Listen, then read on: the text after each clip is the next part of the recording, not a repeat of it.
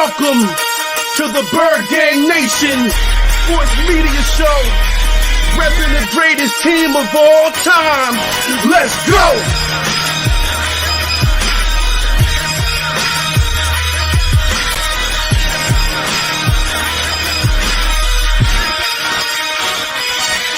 Bird Gang 31, he be the host with the most. We going deep, burning teams. They ain't nothing but toast. Listen, your rest there. Sirianni put me in coach, running like Miles Sanders till I bumped my head on the post.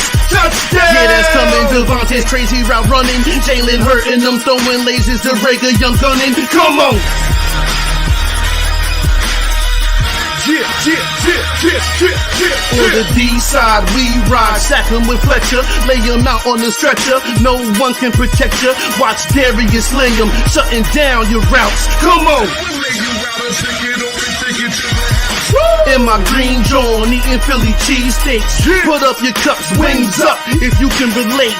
Tailgating at the link like and subscribe to the Bird Gang Nation that's worldwide.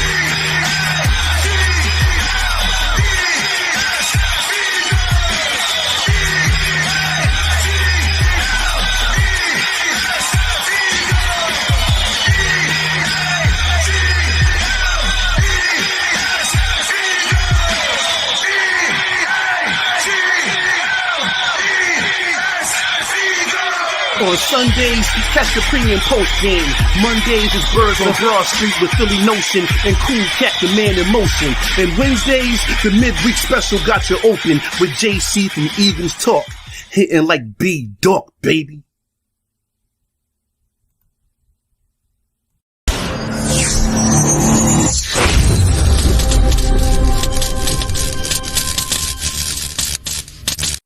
Welcome to another episode of Bird Gang Nation Sports Talk. I'm your host, Bird Gang 31. Today, Nation, we have a very special guest back in the building with me today. It's Jimmy from On the Road to Victory. How you doing, my man? Oh, I'm feeling great. And after that intro, dude, loving that new intro, dude. I'm ready to run through a wall. So happy to be here. Thank you for having me on. Let's get into it, my man.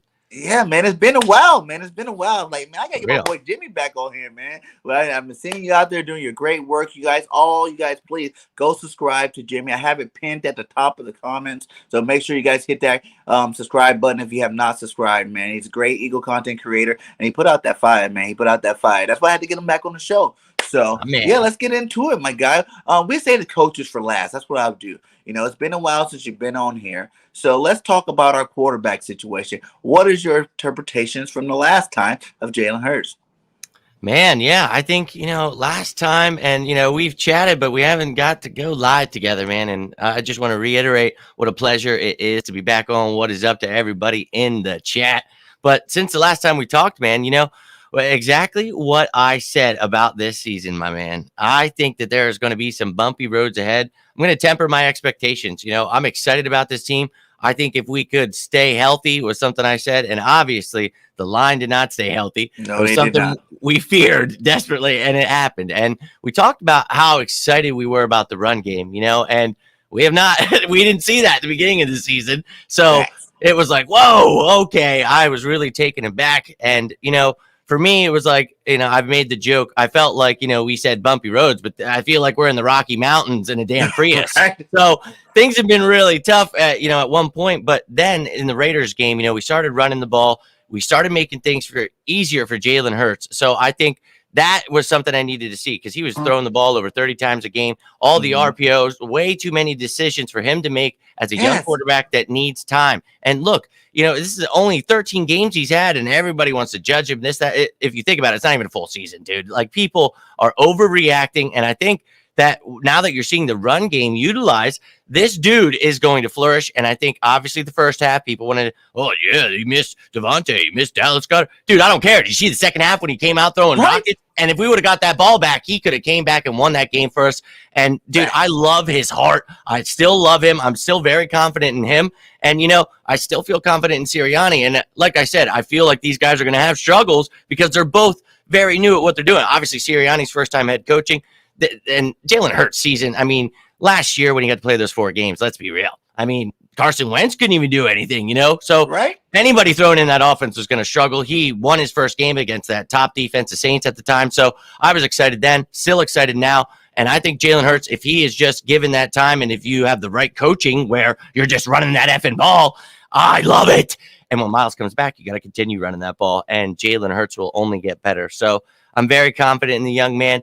And I know that there's still a long way to go. And there's still a lot of things to work on. But I think we all knew that, right, man? Going into the season. So the way people overreact, it's too much for me. I'm not going to do it. I'm sitting back and enjoying this season. This season is about growth and development for me. And that is what I've seen from Jalen Hurts and this coaching staff that is, you know, supposedly supposed to be helping him. So keep doing that. And I think the sky's the limit for Jalen Hurts. Yeah, man, I agree with you 100%. People are definitely overreacting. And then, like, when they're overreacting, they're only looking at his passing. That really bothers me. It's like he's a dual threat. You got to look at what he's doing with his legs as well as those passes. Those two missed passes that everybody said that both receivers came out and said, you know, my bad. I should have caught that. Dallas Goedert came out and said, I should have caught that. And Devontae Smith said, I slipped. And if you notice at the top of that break, Devontae slipped. He did slip, and that made him circle out his route. You know what I'm saying? People don't look at those little things. I've been saying that since the game. I'm like, I don't really, like, the balls could have been thrown better. Yes. But at the same time, they were also not all on him. You know what I'm saying? Dallas Goedert had a whole palm on that. You know what I'm saying? You could have caught that if you want to be this elite tight end that you wanted. So, but anyway, that's the first quarter of the game. You know, there's a lot of game left. We were winning at halftime. You know, those type of things to me does not matter about Jalen Hurts. Like you said, the second half of that game, he balled out. You know what I'm saying? Like if he did have a chance, he was just sitting on the bench, just sitting there waiting. Please give me another shot. Please give me another shot. I'm going to get in there and do what I got to do.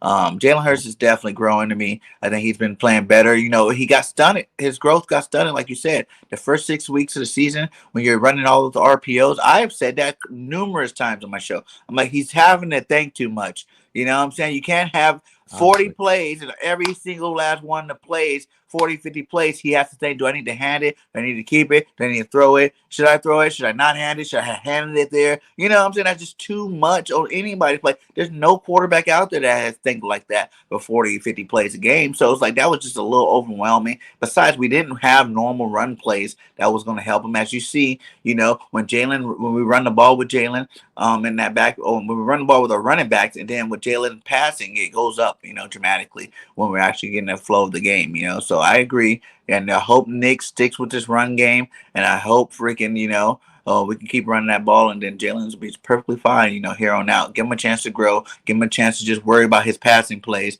you know, have some breaks by handing off the ball, and he'll be just fine, man, moving forward. So I think people talk about that like it's a negative thing, right? Like, oh, he's dual threat. He's running the ball. It's like, yeah, look, sometimes he's leaving the pocket too early. That's something he needs to work on. But, dude, it's a phenomenal thing to have. And I think, you know, the fact that he is a dual threat quarterback, a lot of those guys, you know, coming into the league, Josh Allen needed time, Lamar Jackson needed time. It's like, you know that they need time. So we have no idea what he's going to look like in time, but let's give him that time at least. Like, holy and look at what he's doing. Like, he's actually putting up really good numbers. And I think, you know, he's got what, like a 61.5% completion rating right now. That's not too bad for where he's at. And I think, you know, the way he's not turning the ball over is huge for me. He's learning things. And I think, like you mentioned, and we were just talking about, man, I think it's on Sirianni a lot of time. And, you know, not only is he throwing the ball, you said it, you know, it's 40 plus plays. It's him running and passing. So it's like, whoa, sometimes you just got to line up under center. And just hand the ball off. I mean, it's simple, man. And it just, it drove me nuts. So I'm happy to see it being done now. And I hope that when Miles comes back, we just continue to use this committee because you've got a bunch of good backs that it can be used in different ways. And I thought that was going to be the game plan from the beginning of the damn year. Something we talked about. So regardless, here we are. We're finally using him.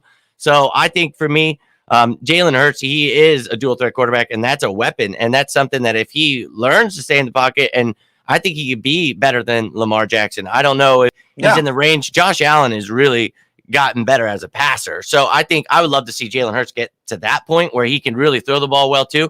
And I think he's got the arm strength. I don't know why people say that. It's accuracy. It's his timing. I think a lot of times people just read something and they get carried away. So I just think for me, I'm still very excited about Jalen Hurts. And I think if he can do those things he does in the second half, every damn game at the beginning and the second half, then we'll feel good about it, man. And people will come around because what I don't understand is right now this city has dealt with a lot of quitting, a lot of people that don't want to fight, a lot of people don't want to stick around. And all we got right here is a quarterback that wants to fight, wants to be the leader, and doesn't want to quit, and only wants to get better. I mean, we talk about how he trained with Quincy Avery this offseason. We talked about the fact that he trained with Gabe Wrangle at the Bro Barn. He did everything to get better and better and better. And that's what I want to see from my quarterback. And I hope he just continues to get better. Yeah, man. And getting on that running back situation, man.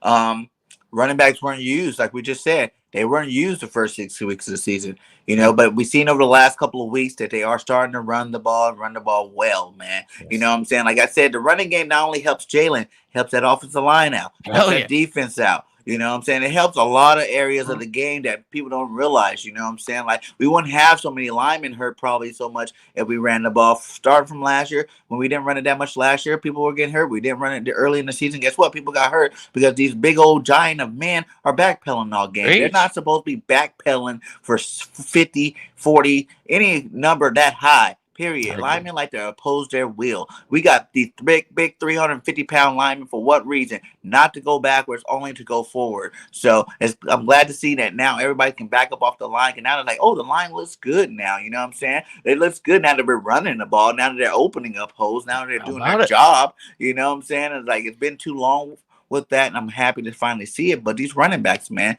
now you got the biggest clash. Now they waited till Miles get hurt before they started running the ball. Oh, that's the reason why Miles Sanders is not this guy. You know, Nick Sirianni didn't trust Miles. That's why he's waiting. He waited till Miles got hurt. Now he's running the ball. What is your answer for those critics? I can't agree with that one. And, you know, everybody's allowed their own opinion. But for me, I think it was more Nick Sirianni was scared. I think that we played, you know, some really good offenses in the Bucs, the Cowboys, the Chiefs, and he really just felt like, I got to pass the ball, I got to score points, and he doesn't, you know, and it's not that he doesn't understand that, you know, you still can succeed and do those things by running the ball, and you're actually going to succeed more when you do. And I think it just got away from him. I don't think it had anything to do with Miles, because when you see the Raiders game, dude, what did he get? 6 carries. He had like 30 yards, so like 5 yards per carry. We were giving the ball to Miles, and it was like, yeah. We went right down the field, scored a touchdown. I was like, here we go, running the ball. And then he gets hurt, and it was like, oh my God. So it gets away from us. So my fear was, oh my God, now Miles is out. Are we going to run it? So I knew Howard would come up, and for me, it was like, okay, he should have been here anyway. But now you have a mix of different kind of backs, so let's actually use them against the Lions, a team that you should be able to run the ball against. So we used it. We did exactly what we needed to see what we had. And I love the trio that's going on. And what's weird is the one that's not getting used is Kenny Gainwell. The one that actually stuck around was the second back to Miles Sanders. So it's like we lost both of our top backs and replaced with Boston Scott and Jordan Howard. So it's so weird. But I love it. We're running the ball. I think when Miles Sanders comes back, what it means to me is as much as I love Boston Scott, I think he's going to see less snaps. Obviously, Jordan Howard will too, but I still think Jordan Howard has a place here where, you know, as that goal line back, somebody that in a certain situation, it's like, oh, you know what? Let's just hand the ball to this effing dude, and he's going to go get you that 2-3 yards. And it's not to say that Miles Sanders can't do that. I just think in the NFL, it's okay to have 2 backs. And Miles Sanders has proven that he can't stay healthy for a full season. He hasn't done it yet. So it's okay with me to have Jordan Howard rolling. I mean, look at our reasoning. Dude, did we not talk about this when we were literally sitting here? How many ever weeks ago? Who cares? 9 weeks ago, talking about the fact that we were going to use these backs, and it just they did it in Indy. Oh yeah, Jonathan Taylor and Marlon Mack and Neon Mines. Well, we didn't do that, so we're here now, and it's midway through. And look, what we talked about, what we wanted to see was, are they going to learn throughout the year? That because we knew there would be pain, but how do we learn from that pain? And I think it's been a blessing in disguise. And we talked about that beginning of the schedule. You know, it was going to be tough, and it was. And you know, that's something that's going to build character for a lot of these guys. They went through a lot, and now you look at this second half of the season and the schedule. It's much easier. I don't care. I know it's the NFL, but bro, compared to the teams we just faced, this is much easier. So it's like, hey, these guys are battle tested. If they go out here and look, for me, it's still not about wins and losses. And every time we lose, I'm pissed. Yes. But I give myself a little bit to cool down. And I'm like, look, the draft pick's better. Okay. Just calm your ass down. The draft pick's better. But I hate saying that. I hate losing. But this year for me isn't about wins and losses. But I think we could get some. And I'm going to love it because I think this week especially is a big one. This team, only a 5-win team. The Broncos, look, all those teams in the AFC West, they're all battling, dude. They're all there at 5 wins. So I think that we, have lost to every team in the AFC West except for the Broncos here. We need to go here. We're not getting swept. We need to go into their house and punch them. I love that. Yes, Barry, agree. We need to go in there and run that damn ball. They have the 9th ranked rushing yards allowed. I don't give a I'm sorry, I don't want to. I don't give a damn. You run that damn ball regardless. They're the 10th against the pass. I don't care. Here's what needs to happen in this game. You need to establish that run, get the play action rolling for Jalen Hurts. I think that's going to open things up, and I don't care. They're missing probably Patrick Surtain tomorrow. It's going to be huge. They still have Darby and Fuller. Don't care. Still think you need to attack with these young receivers, Reagor, Watkins. Everybody needs to get involved, and we'll get into those positions, and I'll talk about the tight ends. I'm excited about 13 personnel and everything, but this run game is where it begins. Get that run game going, man. And you talked about the offensive line.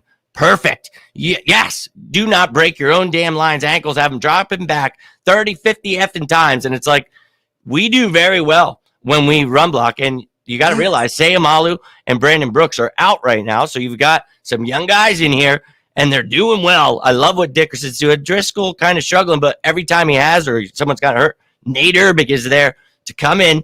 Great depth, and I think these guys do really well because they're surrounded by Johnson, Mailata, and in the middle is Jason Kelsey. So on each side, they've got someone helping them. And I think if you keep running, makes it easier on everybody. So I'm all about it. And sorry I got rambling about the run game because I'm excited. But no, I don't think it was a conspiracy against Miles Sanders. I just think he was kind of lost at sea, found himself, started doing it in the Raiders game if you go back and watch. But we're here now.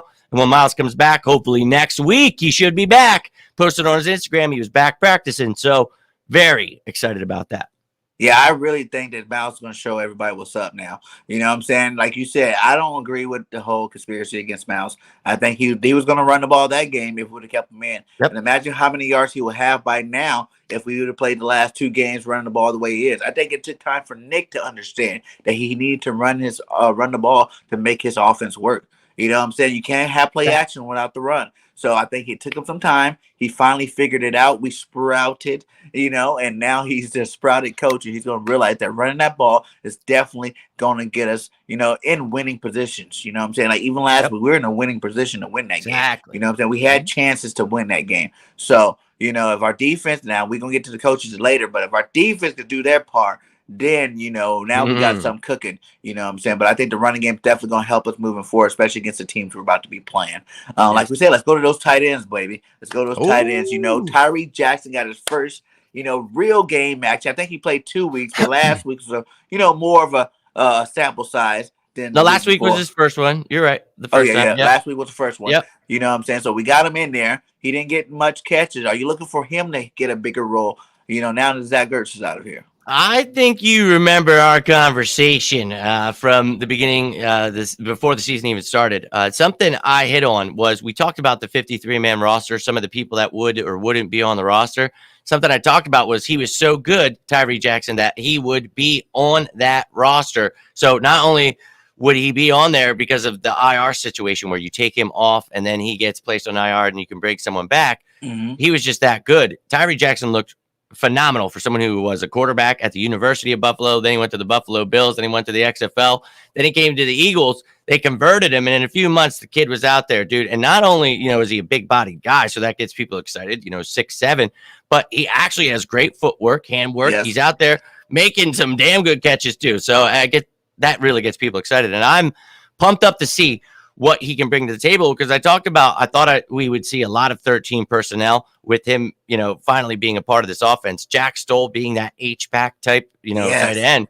And I think we all know Dallas Goedert, jack of all trades. I just think that, everybody has a different role with the tight ends, just like the running backs, and it gets me so damn excited. So I stressed the 13 personnel, and I've been seeing people get pumped about it throughout the weeks. And I'm like, I made a video a couple of weeks back, and I was like, I've been keeping tabs, dude, because his injury was 8 to 10 weeks. So on the 7th week, I made a video and I was like, the timetable is coming. He was coming back. And that meant that Zach Ertz probably wasn't going to be around. And he gets traded. And we talked about, you remember when we talked, he would be gone. It just was a matter of when someone would get hurt or what would happen. Sure enough, Cardinals lose their tight end. They need somebody. We get something in return instead of him walking away next year with nothing. So we get a 5th rounder. We get a promising young corner. Hey, $8.5 million saved in cap. I'm all about it, baby. Yes, so sir. now it's kind of, you know who tight end 1 is. It's not Ertz and Goddard. And I think, you know, you wanted to see 12 personnel, and we did try to use it, but it was so weird. We weren't using the middle of the field, and maybe that's on Hurts or whoever or whatever. But right now, you saw last week, he was hitting the middle of the field, to the left of the field, not just to his right. So he's opening up. So for me, Tyree Jackson's going to open up that middle of the field for him immensely, not just Goddard. So you're going to have Stoll, Goddard, and Tyree Jackson all as a nice little plan here with that 13 personnel. You don't know if this team's going to run. All these guys are pass catchers that can block and do things where it gets me very effing excited for this 13 personnel. And last week I talked about Tyree Jackson being back, very excited. And I said, you know, let's not get too pumped his first week back. You know, had a back issue. He was out half the year, probably only played 10 to 15 snaps. He ended up only in for 14 snaps. So it's not that he's playing bad, you know, and I'm not saying you were, but some people are like, oh, I thought he was bad. And I'm like, yeah,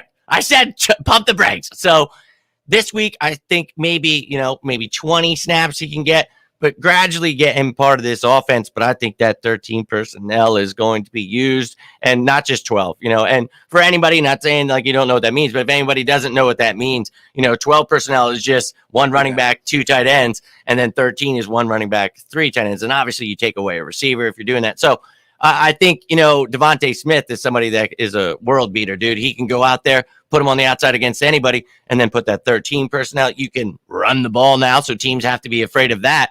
You know, when you're one-dimensional, it just doesn't help. So I think that's going to help, and that 13 personnel is going to allow you to be able to actually run and do a lot of things that are going to help your dual-threat quarterback. I want to see Jack Stahl flying up in the I formation, you know, as the fullback. You know, because I heard him talking a little bit about that in the offseason. You know what I'm saying? Like, and I haven't seen it yet. I think we seen this at one play a couple of games back where we were on that goal line, but Jalen Hurts ended up quarterback sneaking it in, and he lined up at fullback one time. And it's like, why not be a lead back for these runners? You know, well, that's it. You just said the word right there. That it's not something Jack Stoll would be good at, not a lead backing fullback. That's not something, you know, and something I mentioned on your show was having an H-back, and that's a completely different role as more of a pass catcher. And I think that Jack Stoll is more of that guy. He can block, so he is that blocking guy. So you saw him lined up as a fullback, but in that formation, they're calling an H-back because of the things he's doing, and he's not inline blocking. He's not going right down, and it's just not his thing. But you line up a guy like that, maybe you give him a shot to do that. You throw a team off. You maybe dump him out for a pass. There's so many things you can do there. So I agree with you. That formation, you need to get him lined up there. So that's something I talked about in the offseason. I thought, hey, maybe we bring Trey Burton back because he was there in Indy and, you know, a fan favorite. But he was someone they used that role you were just mentioning. They used that H-back where he was lined up kind of like that fullback in Indy. And I thought we'd see more of that. But I think with Tyree here now you have Goddard and Tyree who could be on the line, and then you can do that with Stoll. So I think you're going to see a little bit of that this week. Or even like if you're running at 13, you know what I'm saying, have them motion into the backfield. That's what I'm saying. You're going to see that this week. Drop it in there. Yeah. Great question. Nice, man. Hey, Nick, listen to us. We know what to do with our players. You know what I'm saying? Love to see it. Yeah. Maybe he will. Maybe we'll be. Oh, I'll be calling you out, dude. Right on the. Oh, I'll freak out. Shout out to the 20 in the chat. Please go subscribe to my guy Jimmy from On the Way to Victory, man. His link is at the pinned to the top of the comments, man. He is awesome, and he brings that fire, man. Make sure you guys go subscribe to him. Having a great time, man. Thank you. Let's go to our offensive line now. You know what I'm saying? Like you said, we're missing 2 pieces to the puzzle. You know, but I think Landon's getting better. The more we run it, Landon's getting better every game. Yeah. You know what I'm saying? When we were doing that pass stuff, everybody seen Landon struggle. But now that we're running the ball, he is definitely starting to get it and to get it a lot better and a lot faster. So, me personally, I like what our line's doing right now, running the ball, because I look like that's a great line to be running the ball. But how do you feel about Jack Driscoll? Because I kind of want Herbert to play that spot. I think Jack Driscoll's more of the tackle. You know what I'm saying? Like his body's straight. We see him alongside those guys, you know. I like Herbert, big body right there at that guard spot. You know what I'm saying? As opposed to Driscoll. Not saying Driscoll's not bad. I know he's the 6th best lineman on the squad, so that's why they put him there. But I still see him being more the tackle, the swing tackle guy. And I would rather have Herbert there. How you like that line? There you go. I 100% agree with you. That's something I talked about. this offseason, people really wanted Dickerson to be starting over Sayamalu. I don't think that he was ready to just start right away. And with his health issues, I just wanted him to be redshirted. Now, clearly, we dealt with some issues here. I think that obviously he's done even better every week. So I love where he's at, and he's only going to get better. But I think for me, Urbig was my guy in the offseason. I love Nate Urbig. I think he is, great depth, but he could be a starter if anyone got hurt. So if someone gets hurt. Jack Driscoll to me is Matt Pryor. He is Big V. He is that swing tackle. He's somebody that can help you at guard, at tackle. He's just, you want to keep him around because, dude, he really can help you. He's good. But yeah, I think Urbig's a better fit there. And you've seen it when you're pounding that rock. He's a bigger bodied dude. And I think he just fits that guard mold when you're running the ball like we are. So I 100% agree with you. And sorry, I was trying to read that question, but you can read it now. But I was trying to answer yours too. So yeah. This offensive line, man, I like it. Get down, help, let somebody, show some other ones while we're But talking. I agree with you, man, 100%. Urbig, I love him. Yeah, he said, what are 3 keys to winning a game versus the Broncos? Devil Advocate, what are 3 keys to the game versus the Eagles? Well, I think for me, we're definitely going to get into it as we keep going here. But I think, obviously running that ball is one of the keys for the Eagles. You can't get away from it. And regardless of them having a good rushing defense, they have a good passing defense too. Surtain being out, you got to get that passing game going. Finally, we've got the run game going. Now let's see Hurts flourish for an entire game against a really good defense. They are 6th in total yards allowed, 2nd in points allowed. So it's a good defense, man. So we got to go out there, establish that run, see this pass game flourish. And then on defense, man, we need to attack. Both their left and right tackle are out. Their right guard is out for the season. And now possibly their left guard could be out. But you got to get attacking on the outside. Josh Sweat in the concussion protocol. We'll see if he plays. I don't know. But you got to get Barnett without the stupid penalties. Got to get Avery. But inside, you got to get Cox and Hargrave, Milton Williams, everybody going. Maybe the young man, Teron Jackson, gets more snaps if Sweat's out. Whatever you're doing, get some effing pressure. You cannot get dink and dunked by Teddy Bridgewater because he will do just what Derek Carr, Justin Herbert, everybody else did to us. You cannot do that. So you got to get pressure. I don't know how. I mean, you have to get pressure. That is the key. So those are 3 I went with, I think would be my top. Devil's advocate, I think they got to run the ball. We are struggling against the rush. I think we're 20th in rush yards allowed. We have been missing tackles all over the place, although Davian Taylor and TJ Edwards have taken over at linebacker now. So you need to see them step up, try to stop Melvin Gordon and Javonte Williams. It's going to be tough for them. So the Broncos, they need to use those running backs, get that ground game going because they cannot become one-dimensional because they are missing linemen. So Teddy B has to be able to stay upright. So you run the ball, and then he's able to hit all those really good receivers. They have Cortland Sutton, Tim Patrick, Jerry Jeudy, and then, of course, Noah Fant at tight end. They've got some weapons there. And then on defense, man, they are going to have to try to stop our run game, and that's something they're pretty good at. But I think if they can make us one-dimensional, that would be key for them. Those are awesome, man. Those are awesome keys right there. You know what I'm saying? I've been spitting them out all week. So, yeah, those are some good keys to victory on both sides. Love it. Let's jump to our defensive line now. We had Hargrave starting out so strong. I think he's reached what his all-time is like career sacks number right now, 6.5 sacks. But he kind of slowed down last week a little bit. You know what I'm saying? Like Fletch hasn't really fully started. I don't think he has, at least personally. 1 sack, man. You heard everybody talking the noise. I know, the first half of the season, you were not getting put in the right position, which you came out publicly and said, which, changed our defense around a little bit for 2 games. But then we went back to the same old defense. So what do you think this defensive line needs to do? And what's your take on them? This is a very interesting, a great question because it's a very interesting situation we're in. This defense, I was very excited before the season started because I knew there would be hybrid schemes. We would see something different every week. We had the pieces to move guys around. It was exciting. But when you lose someone like Brandon Graham, that's major. And I think that, trying to fill that void for me. I made a video right away and this is interesting because a lot of people are like, all right, Sweat and Barnett need to step it up. And that is the complete opposite of what's happening because they were playing on the field with Brandon Graham. And that is not what's going on. He is playing a defensive end in a 3-4 most of the time is what we were doing. So he's an anomaly. A guy his size should not be playing that DN in a 3-4 like that, the way he, does well. And I think when he goes out, for me, it was Milton Williams was the guy that needed to be the one to step in, and he got the start. but he needed some time. He wasn't just going to be able to step it up. So he needs to continue to do that. And if he does that, dude, then I think Cox and Hargrave are going to wreak havoc. If you look, there was this thing I saw the other day, and it was like pass rush win ratio, and it was Fletcher Cox and Javon Hargrave are in like the top 7, I want to say, in the league. They are like still getting through. It's just the way that other guys aren't getting pressure outside, I think, and teams know that we're struggling with the pass rush on the outside. Barnett, Sweat, and it's very intriguing double teaming guys and not being able to win pass rushes. Barnett has really struggled with that stand-up rushing role. Sweat has looked great. I think, he has improved, but there's been times where teams, they focus on him then. So they're taking away our strengths. We need to be strong all through, and we've got the talent.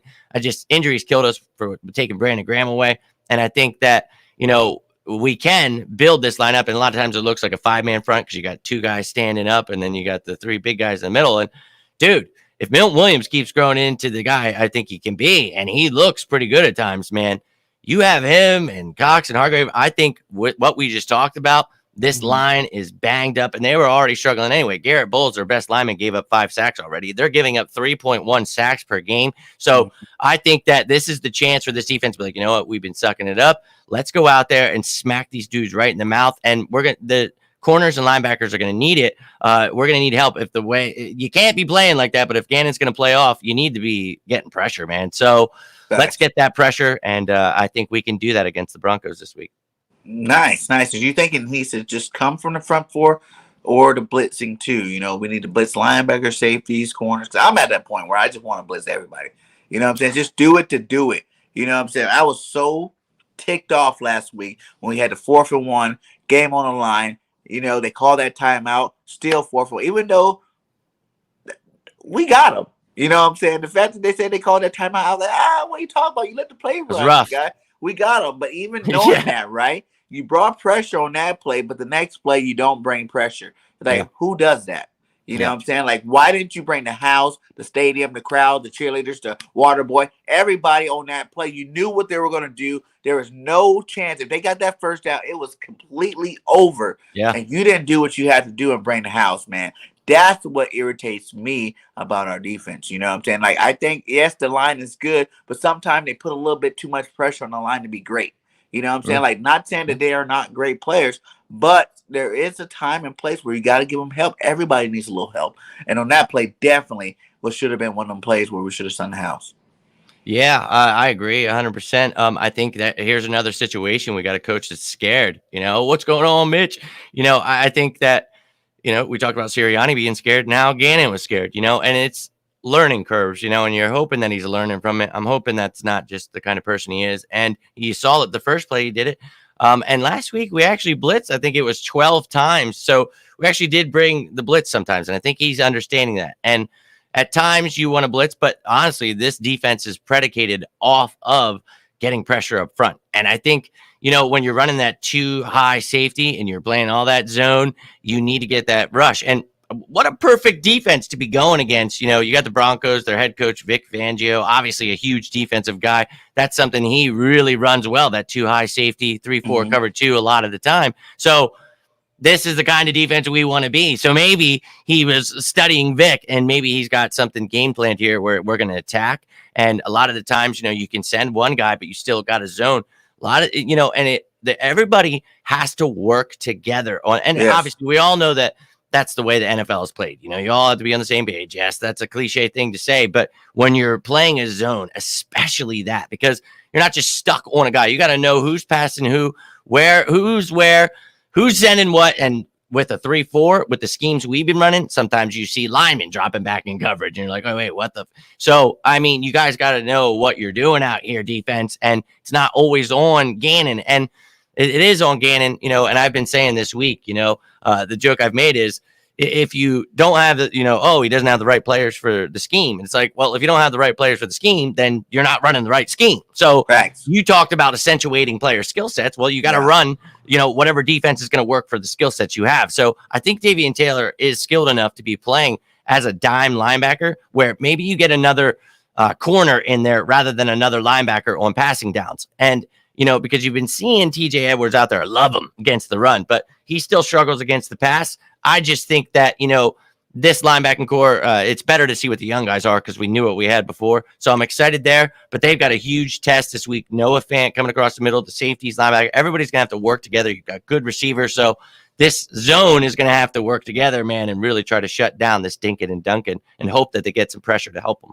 Yeah, man. Like you said, man, with the linebackers, and the whole zone thing, like I feel like he's just stuck in the Minnesota days, where you got a Barr, you got a Kendricks. Now you can run that, and it's going to work perfectly because they're very instinctive linebackers that knows how to, see what they see. And if it's a run play, they're going to get there. They're going to diagnose it fast, and they're going to go attack. You know what I'm saying? Just need to tackle better. Yeah. And they tackle better. You know what I'm saying? So I think when he came here, it's like that's a good scheme. It's kind of like Nick's offense, but when you run the ball, like when Nick's offense, you're not running the ball, it looks like garbage.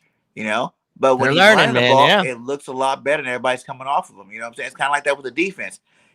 With these linebackers that we got.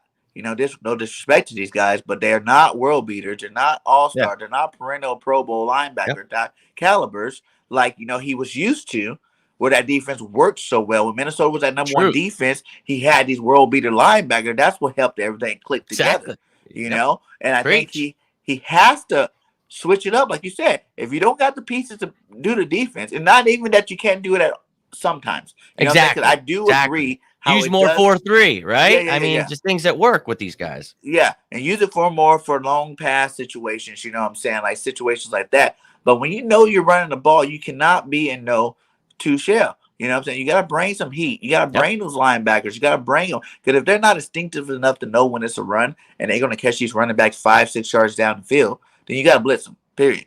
Because now you're not giving them a choice anymore. You're making them do something, making them react to something. And your setup in the back should be covering up their spaces. So you got to do it, man. You got to do more blitzing with these linebackers. Davion Taylor's looking good.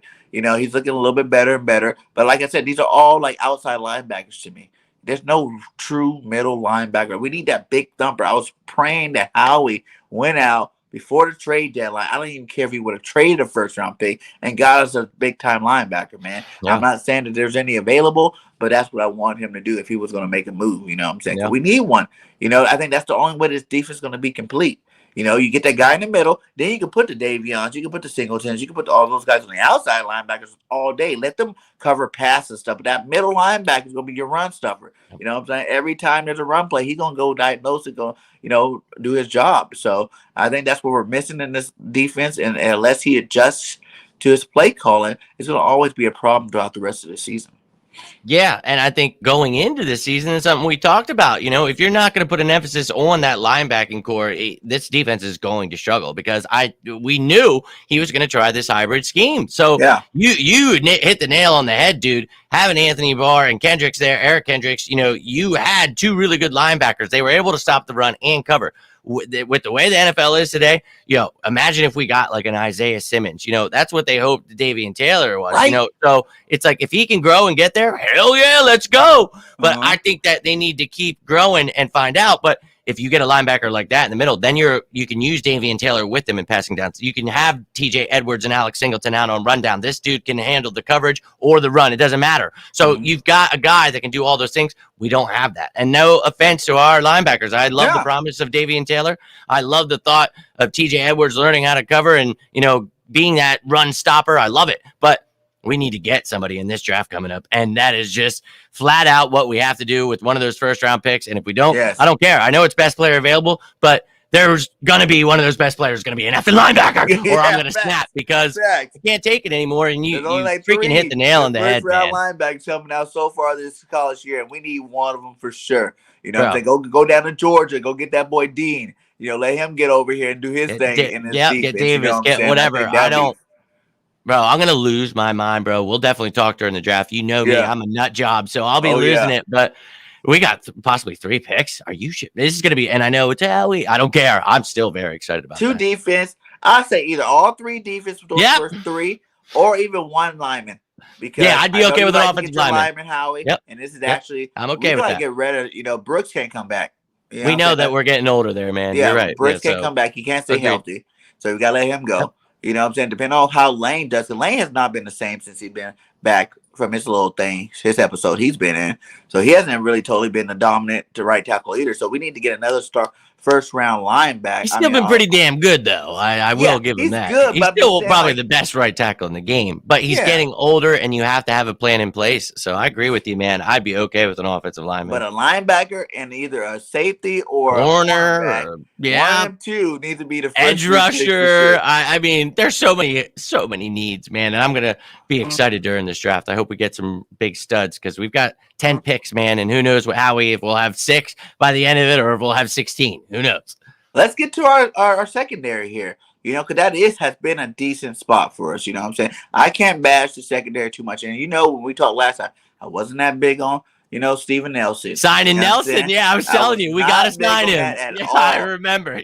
He's growing on me a little bit, but I still ain't 100% sold. But you remember my reason, right? Yeah. Yeah, because I told you I didn't want Zach McPherson to get thrown in the fire. I did not think that was the guy. I loved the pick. It was fairly weird because for some people he wasn't high on their boards, but for others, he was higher on the board because the kid had shown such athleticism, such promise. I just really think that he needed time, so we needed to bring in a veteran. And you and I were talking about Steven Nelson, and I just said I think he's the best available free agent right now. I don't think he's a Pro Bowler by any means. He's going to get beat a lot. But he at least comes in here. He's a veteran that can help teach with Darius Slay. Maybe someone we would get. And look, we have Tay Gowan there now. We've got Kerry Vincent Jr. back there, who I think can play some safety too. As a freak safety, I would love to see him. I talked about that when we traded for him. But we've got a bunch of corners that really get me excited, for the future. And they get to learn under Slay and Nelson. So I really am excited about that. I love the fact that we loaded up. It's like, hey, find out what you've got, dude. This is a learning season. People are losing their minds. He's not going to pick a cornerback in the first round. No way. We're definitely going to get one. We just got two more. Nope, I guarantee you we're going to get one. Young guys. Yep. But I guarantee you, those guys, I mean, that was just a throw-in. Tay Gowan was one. And I think he could actually be one of those guys that's part of this future, to be honest with you. I think Kerry Vincent could be a part of the future as a free safety nickel corner that could back up Avonte Maddox, but also play free safety. Rodney McLeod and Anthony Harris ain't going to be here forever. So we definitely have to focus on a safety somewhere. But if you notice, a lot of these guys are versatile defensive backs that can play safety or corner. And we're going to find out who's part of this future, but I think Zach McPherson's definitely one of those guys. Avonte Maddox is still really young, so he can hold it down and only get better at the nickel corner finally. I hated the fact that he was outside last year, so you have him inside. He's doing well. Zach McPherson, Tay Gowan, hopefully they can figure out,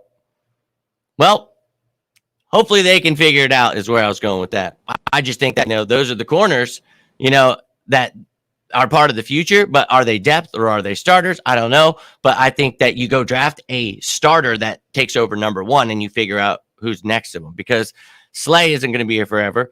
I think Nelson is only here for this year. And I think, so you got to get one in the draft. But I was excited that we're figuring it out because I think we get to see, hopefully this second half of the year, a little bit more like of a dime defense where you have 6 defensive backs back there.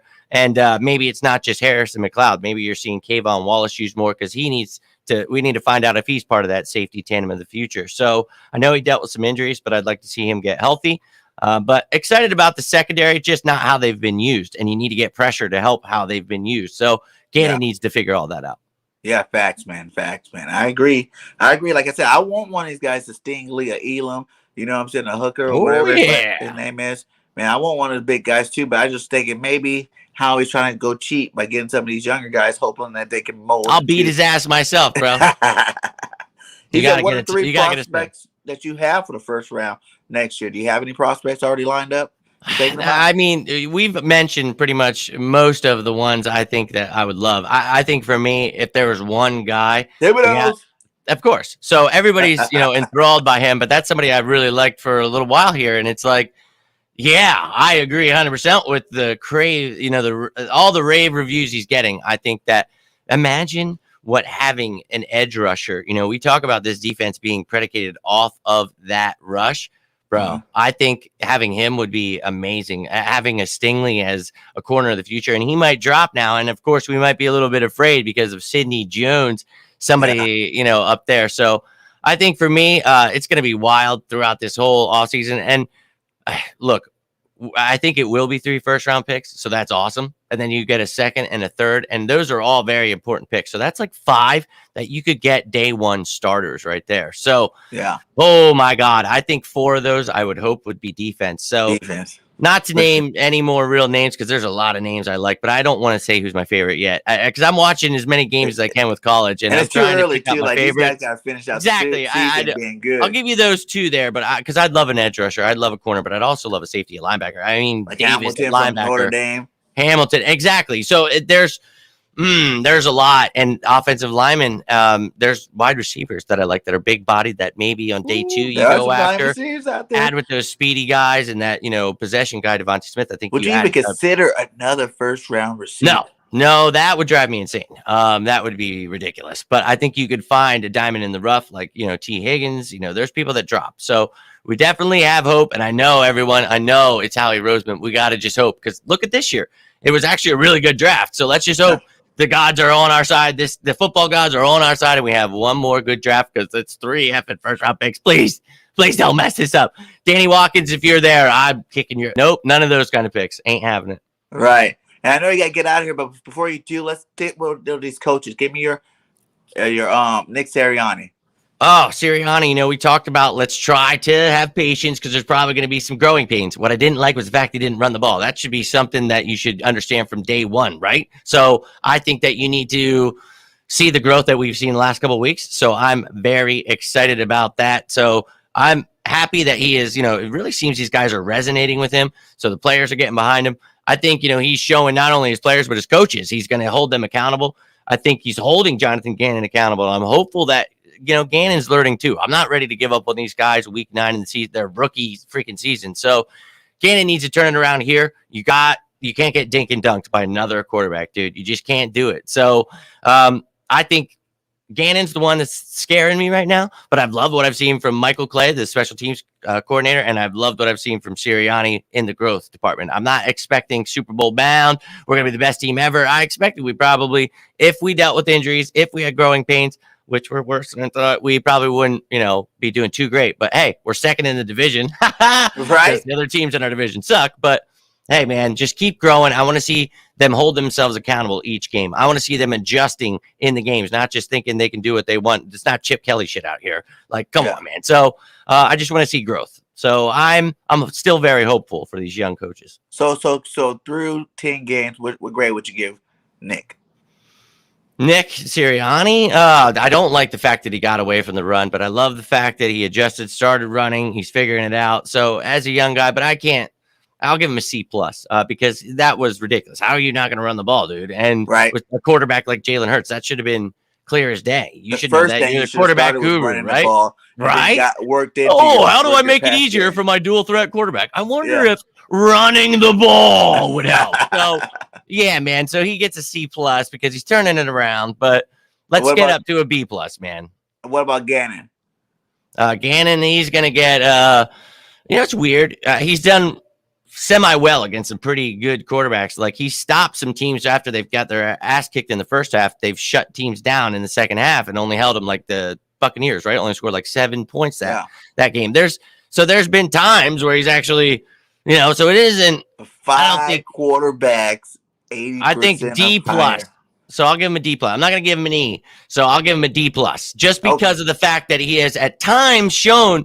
But it's like, once again, I'll come back to, why are you running these certain schemes if you don't have the right player? So run the right things, and I think it'll go better. I think you're getting too smart. That's maybe Howie's rubbing off on you. You're not the smartest guy in the room. So, Crypto agrees. Yeah, and I think there's hope there that he could maybe turn it around. But if not, dude, he could be a one-and-done coach, and that's okay. Maybe you bring in a veteran guy that's been a head coach and can help you further, your strength as a head coach for Nick Sirianni. I don't know, but I hope he turns it around, and this is a great game to do it because they've got some really great weapons with 2 great running backs, a tight end, and 3 really good receivers.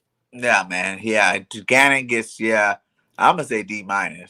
You know what I'm saying? Like, I do not like the way he does. He handles it. Like you said, like all those quarterbacks, 5 quarterbacks, 80% and higher, that's rough. 1 with 90% higher. That's never been done on us ever. And they're playing so far back, like, it's bend, don't break. But it's like, bro, you can't just let them go down the field and, hey, bend, don't break. It's like, hey, you're still going to lose, dude. We stopped it. We went like how you made the 99-yard drive like a pop. Yeah, man. How you make that a positive? Because we stopped Just him stop them, dude. Yeah, like that works better if you just stop them. No, they just went 99 They didn't get a long bomb. Like, yeah, but they fucking drove it 99 yards on yeah, that's a 10 problem. plays, dude. That's a huge problem. You don't want nobody driving the Love ball it. 99 yards. He's like, Love yeah, but and my deal with him is he's always too cocky and confident in his. Yeah, I don't like that They shit, just sitting there with a grin on his face. He's like, gonna learn. Philly don't play that shit, man. Yeah, I'm like, hey, man, you are take it on the chin, too man. calm. Yeah, you know, you're supposed to be freaking out right now. You're wrong. Yeah, working learn hard. from it. I'm working on new schemes. I'm coming to bring something different. He's like, yeah, you know, we bend but don't break. You know, like it's too cocky for me. Like, I mean, you need to have more concern on your face right now, my guy. I agree. Because you are pissing me off just from looking as calm and happy as you do with the way our defense is playing right now. You know what I'm saying? Like, so yeah, Gannon gets a D-. Sirianni, like you said, C+. You know, he's working his way up. As long as he continue to keep running the ball, especially when Miles get back. You know, I'll give him a little bit higher grade, but right now, you know, C+. Imagine what we could look like, man, with the offensive line rolling. There's actually some kind of consistency on that line, you know, because we talk about Jalen Hurts having 9 different offensive starting lines in his 13 games he's played. So it's like he needs that. This whole team needs that. So Miles back, use that combo of backs you have. You know, Thunder and Lightning, I saw mentioned, love it. You know, so we were supposed to see that. We were supposed to see that last year. So let's see it this year. Pound that rock and then let Jalen Hurts, you know, give him time. You know, have patience, but let him flourish, man. And you've got Tyree Jackson back. We talked about that 13 personnel. Yeah. I think we forgot to talk about the receivers, but without Surtain, no Devontae Smith for Surtain. I was hoping to see that, but I think, you know, we can still dust Darby. I think Fuller, Nate Harrison in there at the nickel. I think Quez Watkins and Jalen Reagor can do some work here. Reagor was getting some work, you know, some end arounds, getting him the ball. I'd like to see that. Use both of those guys as that, you know, Quez and Reagor. But then he got hurt, so I think he was more of a decoy. But we need to see these receivers get involved this week. Quez, definitely. I want to see all of them, man. Reagor needs to because he's a first effing round pick. So time to step it up, Reagor. Big game here. Devontae, keep doing your thing, man. Love it. And Jalen Hurts, let's get the passing game going, man. But establish the run first. Yeah.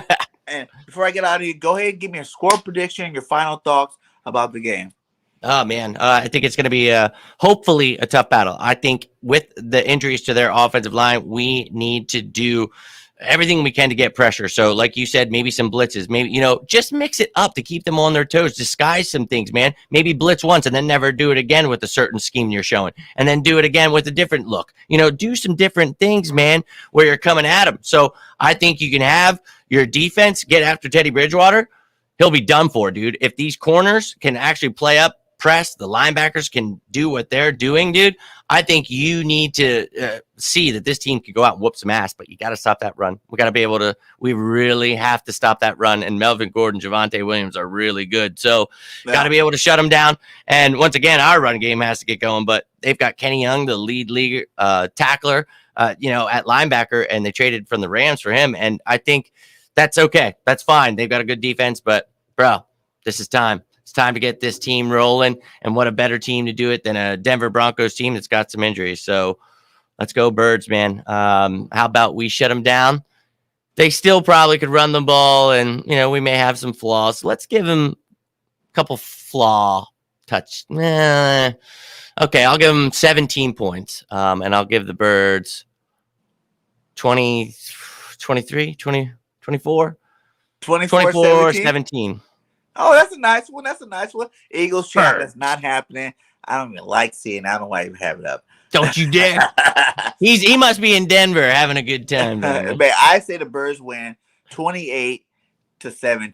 You know what I'm saying? I think we're gonna get those. We're gonna pull away at the end. I think that Nick's gonna run that ball. It's gonna work good, and we're gonna get a couple of late touchdowns. You know, to really ice the game away. But yeah, man, thanks again for coming on the show. We still got 16 in here. Please like and subscribe to both channels if you're not subscribed. You know, my boy On the Road to Victory, Jimmy, is up there bringing that fire all the time. So we love the show like I did. Make sure you subscribe. His link is at the top of the chat pinned up there. So, you know, show some love, my guys. And thanks again for coming on, my guy.